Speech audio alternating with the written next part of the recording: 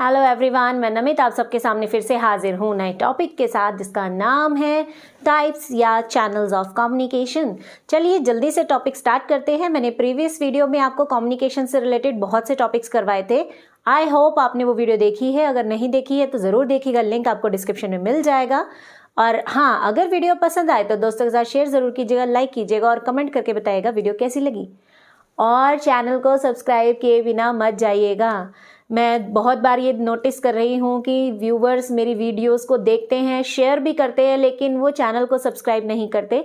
तो प्लीज़ ऐसा मत कीजिए। ज़्यादा से ज़्यादा लोग जब हमारी इस फैमिली में जुड़ेंगे तो मैं अपना जो नॉलेज है वो ज़्यादा से ज़्यादा लोगों तक पहुँचा पाऊँगी और इससे मुझे मोटिवेशन भी मिलती है। तो प्लीज़ कंजूसी मत कीजिए, चैनल को सब्सक्राइब ज़रूर कर दीजिएगा। इसमें कोई पैसा नहीं लगेगा, ये टोटली फ्री है। फ्री में अगर आपको क्वालिटी एजुकेशन मिल रही है तो इसका पूरा फ़ायदा उठाइए।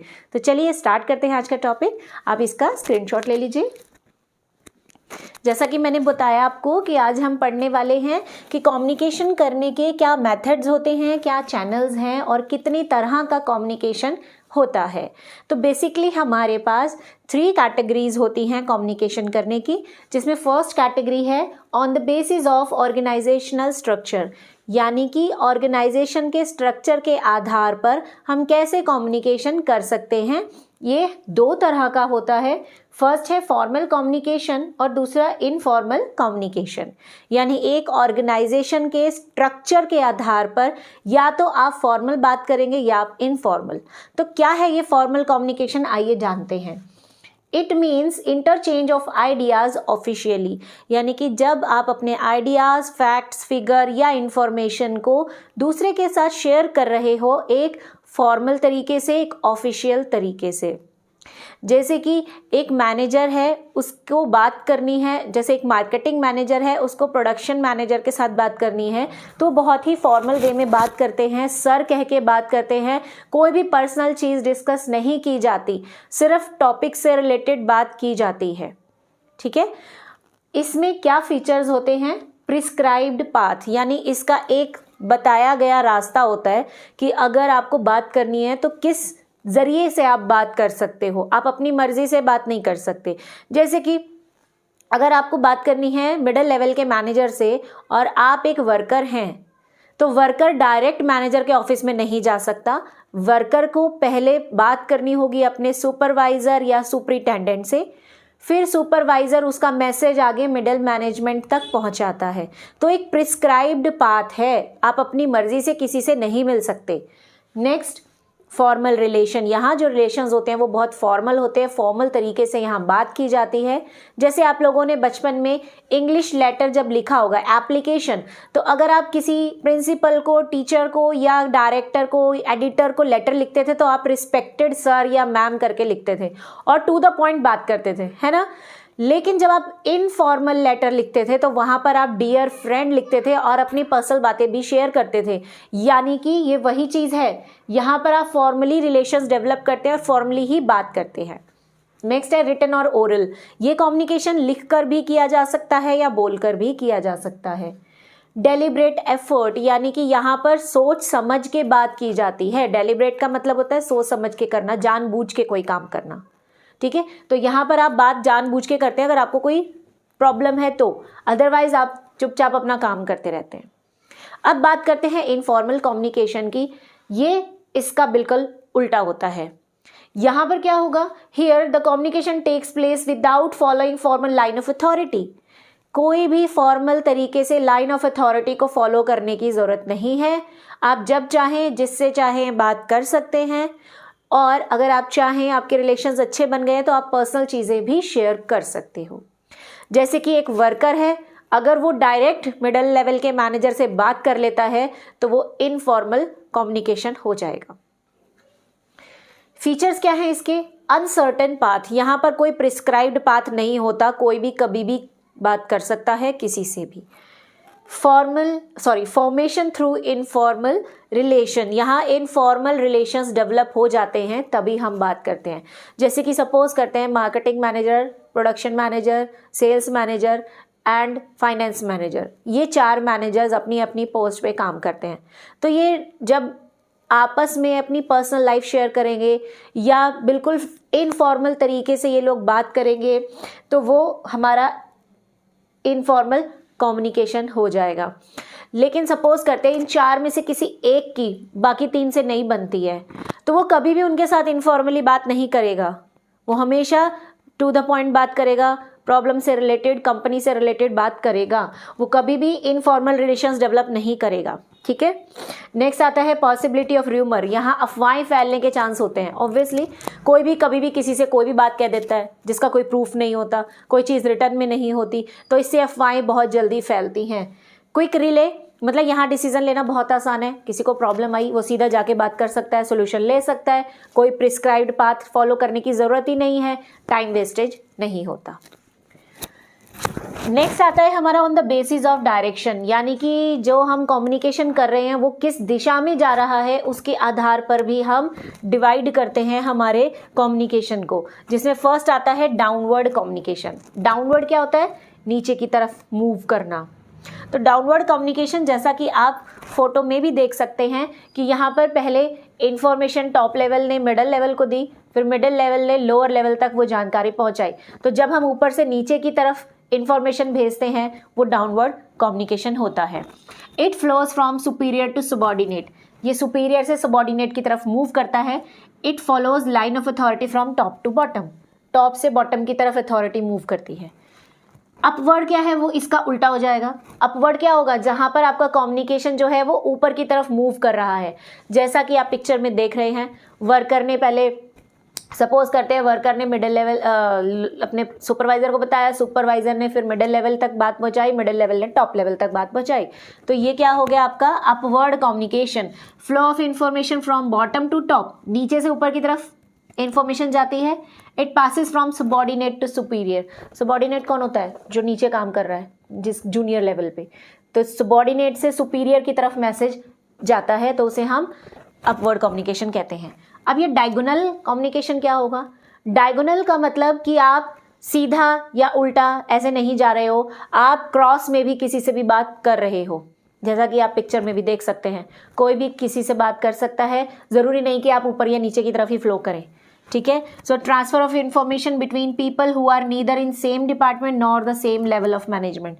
ये तब होता है जब दो लोग बात कर रहे हैं जो ना तो सेम डिपार्टमेंट से बिलोंग करते हैं और ना ही वो सेम लेवल ऑफ मैनेजमेंट में हैं, फिर भी वो बात करते हैं, तो उसे हम डायगोनल कहते हैं। द सेम एग्जाम्पल, जैसे कि एक असिस्टेंट मैनेजर है, वो मकाम करता है मिडिल लेवल पे, उसको बात करनी है डायरेक्टली क्लर्क से, क्लर्क है ऑपरेशनल लेवल यानी लोअर लेवल पे। ठीक है, या डायगोनल, जब आप किसी भी दिशा में मूव कर लेते हैं, किसी से भी बात कर लेते हैं, वो आपका डायगोनल कम्युनिकेशन हो जाता है। स्क्रीनशॉट ले लिया आपने, वेरी गुड। नेक्स्ट टाइप है हमारा on the basis of media और एक्सप्रेशन, यानी कि आप अपना मैसेज किस मीडिया से भेज रहे हो, अपना मैसेज कैसे आप एक्सप्रेस कर रहे हो।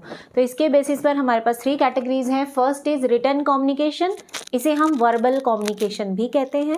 वर्बल का मतलब बोलना, जब आप लैंग्वेज या वर्ड्स का इस्तेमाल करके अपना मैसेज किसी को पहुंचाते हैं, उसे हम रिटन कम्युनिकेशन या वर्बल कहते हैं। जैसे कि अब मैं आपको जो अपना इंफॉर्मेशन शेयर कर रही हूँ, बोल कर रही हूँ, ठीक है ना, मैं एक लैंग्वेज और वर्ड्स का इस्तेमाल कर रही हूँ, तो ये क्या हो गया? ये आपका वर्बल कम्युनिकेशन हो गया।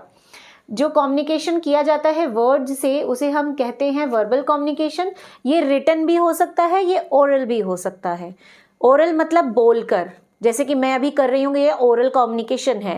रिटन का मतलब जब मैं लिखती हूँ, यानी कि ये जो मैंने लिखा हुआ है और आपको ये इन्फॉर्मेशन दे रही हूँ, ये रिटन कम्युनिकेशन है। ठीक है, तो क्या फ़ायदे हैं रिटन कम्युनिकेशन करने के?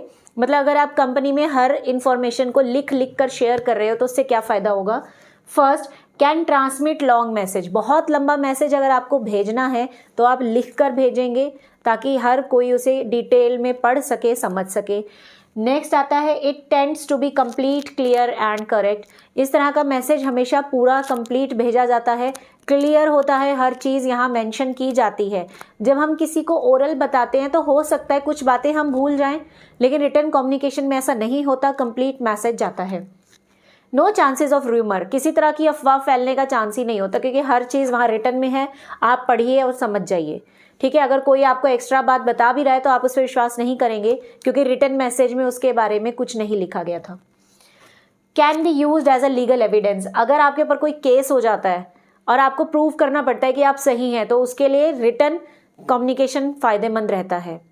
सुनी सुनाई बात को या बोली हुई बात को प्रूफ नहीं मानते, रिटन में अगर लिखा होता है तो उसको प्रूफ माना जाता है। जैसे ओ माय गॉड मूवी में था ना, वो बोलते हैं कि ठीक है हमने मान लिया कि अर्थक्वेक जो है वो भगवान ने किया है, लेकिन इसे साबित करो, तो उसे क्या करना पड़ा कि बुक्स को रीड करना पड़ा, जितनी भी होली बुक्स थी, और वहाँ पर उसने जब वो लाइन दिखाई तो उन्होंने वो चीज़ प्रूफ की। तो यानी कि ये इस तरीके से लीगल एविडेंस में काम आ सकता है।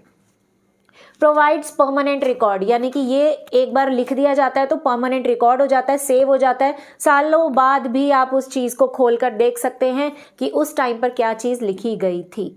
जैसे आपने देखा होगा कई बार सीरियल्स में भी दिखाते हैं, अगर कोई पुलिस इन्वेस्टिगेशन कर रही है, 5 साल पुराना केस है या 10 साल पुराना केस है, तो वो रिकॉर्ड्स खुलवाते हैं और उसमें वो चीज़ें देखते हैं। तो रिटन कम्युनिकेशन एक तरह का रिकॉर्ड क्रिएट करता है। अब ओरल कम्युनिकेशन के क्या फ़ायदे हैं? हमें ओरल कम्युनिकेशन कब यूज़ करना चाहिए? देखिए, अगर आप रिटन कम्युनिकेशन कर रहे हैं, हर चीज़ लिख कर दे रहे हो, तो उसमें बहुत ज़्यादा टाइम वेस्ट होता है। ठीक है ना, और आपने लिख कर भेजा, सामने वाला अपना फीडबैक लिख के वापस करेगा, वो उसमें टाइम लगेगा, डिले होता है, टाइम कंज्यूमिंग होता है, पैसा बहुत बर्बाद होता है। तो इन सब चीज़ों के नुकसान को ख़त्म करने के लिए ओरल कम्युनिकेशन यूज़ किया जाता है। इसका पहला फ़ायदा क्या है? लेस एक्सपेंसिव, कुछ भी लिखने की ज़रूरत नहीं है, टाइपिंग नहीं करना है, बोलिए और काम ख़त्म। ठीक है। टाइम सेविंग, टाइम बचता है, क्योंकि कुछ लिखना तो है ही नहीं, हमने एक बात की, सामने वाले ने हमें तुरंत रिस्पॉन्स दे दिया, टाइम बच गया। ठीक है। इमीडिएट फीडबैक, रिटन कम्युनिकेशन में तुरंत फीडबैक नहीं मिलता, क्योंकि आपने जो लिखा पहले वो सामने वाले तक पहुंचेगा, फिर वो उसे पढ़ेगा, समझेगा, फिर वो रिप्लाई करेगा, फिर वो रिप्लाई आप तक आएगा, टाइम कंज्यूमिंग है। लेकिन ओरल कम्युनिकेशन में इमीडिएट फीडबैक हो जाता है, तुरंत सामने वाला आपसे बात कर लेता है। फ्लैक्सिबल, यहाँ पर हम चीज़ों को तोड़ मरोड़ के कर सकते हैं, सिचुएशन के हिसाब से मैसेज को बदल सकते हैं, तो ये फ्लैक्सिबल होता है। लेकिन इसका नुकसान पता है क्या है? कि यहाँ पर र्यूमर्स बहुत जल्दी फैलते हैं, अफवाहें बहुत जल्दी फैलती हैं, है ना। और ये जो है ओरल कम्युनिकेशन, इसका कोई रिकॉर्ड भी मेंटेन नहीं होता। तो सिचुएशन के अकॉर्डिंग डिपेंड करता है कि आप रिटन कम्युनिकेशन यूज़ करेंगे या ओरल कम्युनिकेशन। क्लियर हो गया यहाँ तक? चलिए, सेकंड है हमारा जेस्चरल नॉन वर्बल कम्युनिकेशन। इसकी 3 कैटेगरीज मैंने कैसे बोली थी?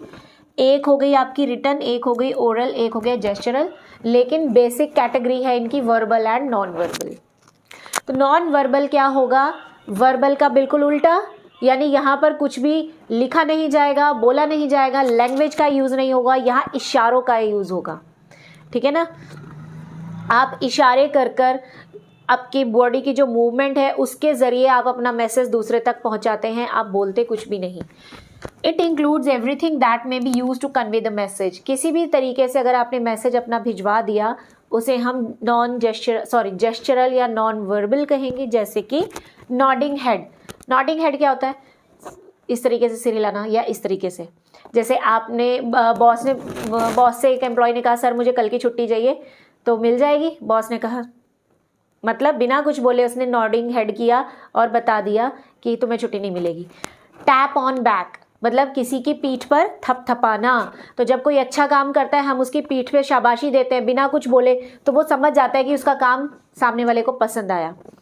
मूवमेंट ऑफ आई, यानी आंखों को मूव करना। ठीक है, आंखों ही आंखों में इशारा हो गया। ठीक है, वैसे वाला। नेक्स्ट आता है वेव हैंड, हाथ हिलाना।